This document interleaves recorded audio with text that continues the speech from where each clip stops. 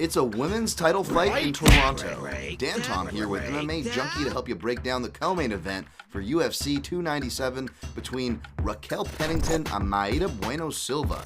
Pennington, of course, is a staple and stalwart of this division, who you should be familiar with as she's been fighting in the UFC alone for over a decade and has been a pro for quite some time, but she's amid a quiet career renaissance, stringing 5 straight together since the pandemic and firmly earning her spot to fight for a title in this position. But standing across from her this Saturday is going to be a rising talent in Bueno Silva, a fighter I've been quite high on since her days training with Du Bronx and the Diego Lima fight camp. Of course, she has taken her talent stateside with American top team Pahumpa and probably a bit more female bodies at the pro level, I imagine, and we've only seen the results from there as she's moved up to bantamweight and put herself in a firm position after, well, even though it says a no contest, we know she beat Holly Holm.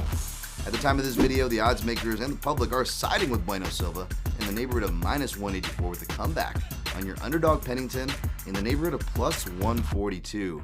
Now, seeing this spread doesn't surprise me, and I actually wouldn't even necessarily be surprised to see it widen despite it being opened at a much tighter line with Bueno Silva just as a slight favorite.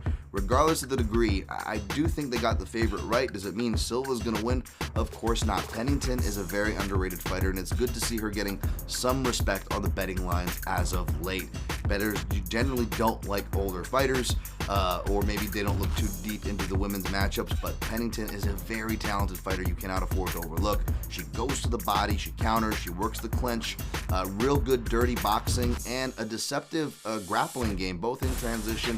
She can also play positionally, but one could argue that her strengths kind of play into Bueno Silva's strengths. We haven't had to see Pennington face too many kickers. The competent kickers on her resume, maybe not so coincidentally, have beaten her, and Bueno Silva can put together kicks, and I think with that dipping propensity of that boxing style from Pennington, that could be bad news, as well as the fact that she will have another fighter that can contend with her in the clinch. Usually it's a size factor that makes these close, tight split decisions with Pennington, but the skill factor is arguably, unmatched from what I've seen with Bueno Silva in the clinch. She beats girls up in there.